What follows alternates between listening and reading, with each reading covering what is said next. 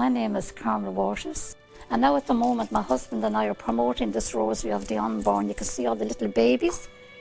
It's a new sacramental from the Blessed Mother today. She said this is the greatest weapon is given for the times we're living in. Defeat the evil of abortion.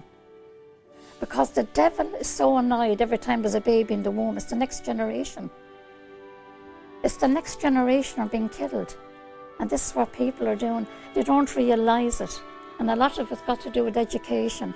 In the early stages, explaining to your children about pro-life, how important the baby's in the womb. In Ireland, people had 14 children of 12 children, and they couldn't manage, and they had very little to live on.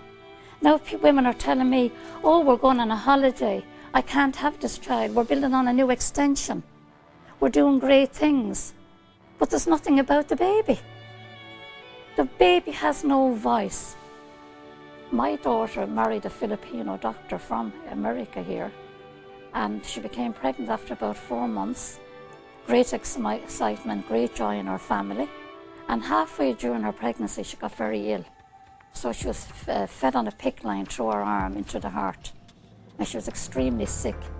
It's very, very rare what she had. So she always wants to come back to Ireland to her mum and dad before the baby was born. And the baby was due in the month of May. And in January, they said they'd come and visit us, just after Christmas. So they never made the journey, and we're very worried. We didn't know what happened. We didn't get any word from any of the family, nobody rang. So eventually we got this call from Loyola University Hospital in Chicago to say, are you Abigail and Jose's Abigail, mother and father, Carmel and Declan? We said, yes. They said, you have to come to Chicago immediately. Abigail is dying on her baby. So when we got to the hospital, there were 7 teams of doctors met us in Loyola University. Thank God it was that hospital. And they prepared us for her death. She was on a life support machine, her kidneys failed, her lungs collapsed, and the fungus was gone through her bloodstream. And when we went in, all we could do was pray.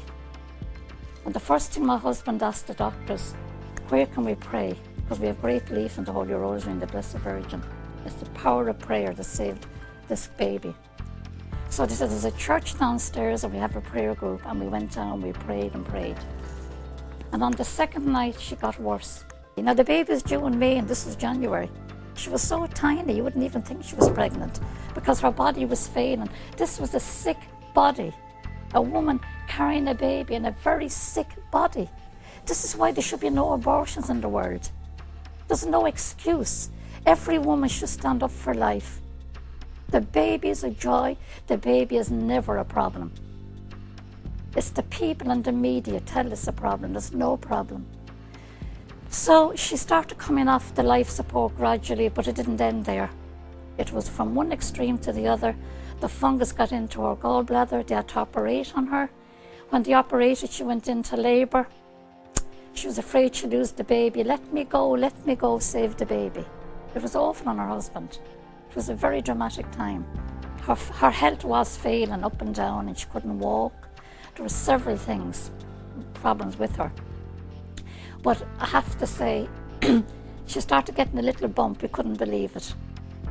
And to make this story a little bit short, it's a very long story. On the month of May, on the 11th of May, Phelan was born.